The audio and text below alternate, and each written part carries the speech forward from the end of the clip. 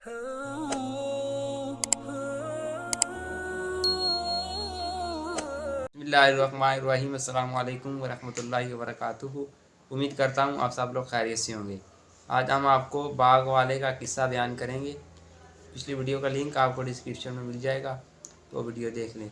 Rabbi इश्रह ली सदरी व यस्सिर ली अमरी वहलुल उक़दतम मिन लिसानी यफ़क़हू क़ौली। सूरतुल कहफ़ की आयत 32 था 44 में अल्लाह सुब्हानहू व तआला ने एक बाग वाले का ज़िक्र फरमाया है, जिससे अल्लाह सुब्हानहू व तआला ने दो बेहतरीन बाग अता फरमाए थे। लेकिन बाग वाला अल्लाह सुब्हानहू व तआला का शुक्र अदा करने के बजाय मादा परस्ती के शिर्क में मुब्तला हो गया। उसने इस बात को नहीं पहचाना के भरोसा असबाब पर नहीं, बल्कि अल्लाह सुब्हानहू व तआला पर करना चाहिए। और दुनियावी माल व असबाब की कसरत अल्लाह सुब्हानहू व तआला की रज़ा की अलामत नहीं, बल्कि इम्तिहान का ज़रिया है। एक शख्स को अल्लाह सुब्हानहू व तआला ने अंगूरों के दो शानदार बाग अता फरमाए थे। इन बागात के चारों तरफ खजूरों की ताकतवर और लंबे चौड़े दरख्तों की बाड़ लगी हुई थी, ताकि बागात रेत और आंधी के तूफ़ानों से महफूज रहें। दोनों बागात के दरमियान खेत भी थे, जिसमें खेती पैदा होती थी। दोनों बागात के बीच से नहर जारी थी, गोया आबपाशी का बेहतरीन इंतज़ाम भी था।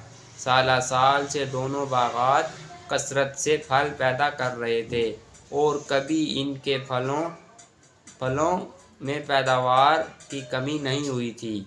वो बाग वाला शख्स अल्लाह सुब्हानहू व तआला की इन नेमतों में मगन, खुश-व-खुर्रम और मुतमईन ज़िंदगी गुजार रहा था। एक दिन उस बाग वाले का एक गरीब दरवेश दोस्त बाग वाले से मुलाकात करने उसके घर आया। बाग वाला अपने दोस्त से मिलकर बहुत खुश हुआ और दोस्त अपने शानदार बागों की सैर कराने के लिए साथ ले चला। वो दोनों बाग की तरफ चलने लगे और वो रास्ते में एक दूसरे से बातें भी करते जा रहे थे। जब दोनों दोस्त बाग में दाखिल हुए तो बाग वाला शख्स अपने दरवेश दोस्त से कहने लगा कि ये बाग मेरी बेहतरीन मंसूबाबंदी और मेहनत का नतीजा है।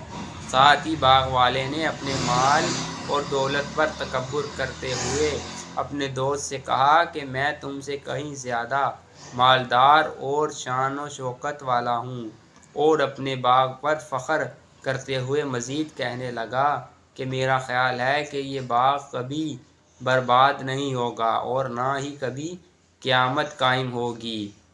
बिलफ़र्ज़ अगर क़यामत कायम हो भी गई तो मुझे अल्लाह सुब्हानहू व तआला के पास वापस जाना भी पड़ा, तो मेरे अंदर कोई तो ऐसी ख़ास बात मौजूद है जिसकी वजह से अल्लाह सुब्हानहू व तआला ने मुझे इस दुनिया में इतना कुछ दिया है।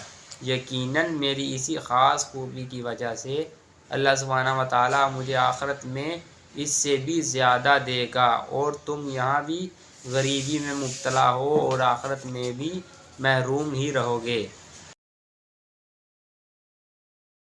जब वो दोनों बाग में टहल रहे थे तो बाग वाले को उसके दरवेश दोस्त ने समझाते हुए जवाब दिया कि जब तुम अपने बाग में दाखिल हुए तो तुमने ये क्यों न कहा कि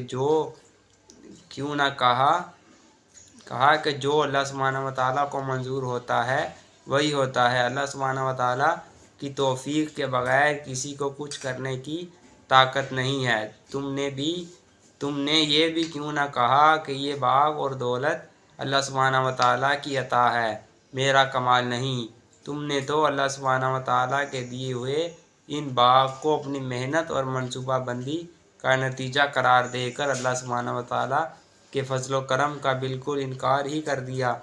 वो अल्लाह जिसने आदम अलैहिस्सलाम को मिट्टी से और तुम्हें नुतफ़े से पैदा फरमा कर पूरा इंसान बनाया, यानी हाथ پاؤں اور دیگر اعضاء کی سلامتی کے ساتھ تمہیں پیدا فرمایا اور تمہیں ہر طرح کی معذوری سے بچایا۔ تمہیں تو اس اللہ سبحانہ و تعالیٰ کو ہرگز نہیں بھولنا چاہیے۔ میں تو صرف اللہ سبحانہ و تعالیٰ ہی کو اپنا پروردگار سمجھتا ہوں۔ مجھے یقین ہے کہ وہ مجھے محض اپنے فضل و کرم سے ہر خیر عطا فرماتا ہے۔ میں اسے اللہ سبحانہ و تعالیٰ کا شکر ادا کرتا ہوں اور کسی کو اللہ سبحانہ و تعالیٰ کا شریک نہیں بناتا۔ درویش دوست نے باغ والے کو سمجھایا کہ دنیا کا مال و اسباب تو انسان کی آزمائش اور امتحان کے لیے ہے کہ وہ اللہ سبحانہ و تعالیٰ کا شکر ادا کرتا ہے یا اس کی نافرمانی کرتا ہے۔ کسی کو زیادہ اور کسی کو کم دے کر آزمائش میں ڈالا جاتا ہے۔ درویش دوست نے کہا کہ اگر تمہارا خیال ہے کہ میں مال و اولاد میں تم سے کم ہوں تو مجھے امید ہے کہ اللہ سبحانہ و تعالیٰ مجھے تم سے بھی زیادہ مال اور اولاد عطا فرما دے۔ درویش دوست نے باغ والے کو ڈرایا کہ ممکن ہے کہ جس باغ پر تمہیں اتنا غرور ہے اللہ سبحانہ و تعالیٰ تم سے ناراض ہو کر تمہارے اس باغ پر آسمان سے بجلیاں گرا دے اور اس باغ کو صاف چٹیل میدان بنا دے۔ درویش دوست نے مزید سمجھایا کہ ذرا سوچو، اگر اللہ سبحانہ و تعالیٰ اس باغ کے پانی کو خشک کر دے پھر تم کہاں سے پانی تلاش کر کے لا سکو گے اور تمہارا سارا باغ سوکھ کر ختم ہو جائے گا۔ اس لیے تمہیں اللہ سبحانہ و تعالیٰ کی ناراضگی سے ڈرتے رہنا چاہیے اور ان نعمتوں پر اللہ سبحانہ و تعالیٰ کا شکر ادا کرنا چاہیے۔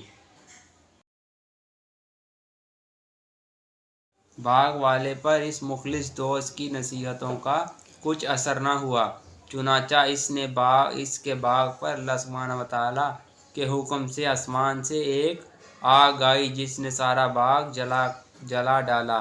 وہ شاندار باغ راکھ کا ڈھیر بن گیا۔ باغ والا اپنے باغ کی تباہی بربادی کو دیکھ کر بہت پچھتایا اور ہاتھ ملتے رہ گیا۔ اس کی منصوبہ بندی، محنت اور سرمایہ سب برباد ہو گیا۔ وہ کہنے لگا کہ کاش میں اللہ سبحانہ و تعالیٰ کے ساتھ شریک نہ ٹھہراتا۔ اس تباہی سے نہ کوئی گروہ اسے بچا سکا اور نہ ہی اس بربادی کا کسی سے بدلہ لے سکا۔ ہمیں ہر خیر اور بھلائی کو اللہ سبحانہ و تعالیٰ کا فضل سمجھنا چاہیے، اپنی ذہانت، محنت اور اسباب پر نہیں بلکہ ہر وقت اللہ سبحانہ و تعالیٰ پر بھروسہ رکھنا چاہیے، کیونکہ حقیقتاً اور مستقبلاً مددگار اللہ ہی ہے۔ اور یاد رکھنا چاہیے کہ اللہ سبحانہ و تعالیٰ اپنی نعمتیں جب چاہے ہم سے واپس لے سکتا ہے۔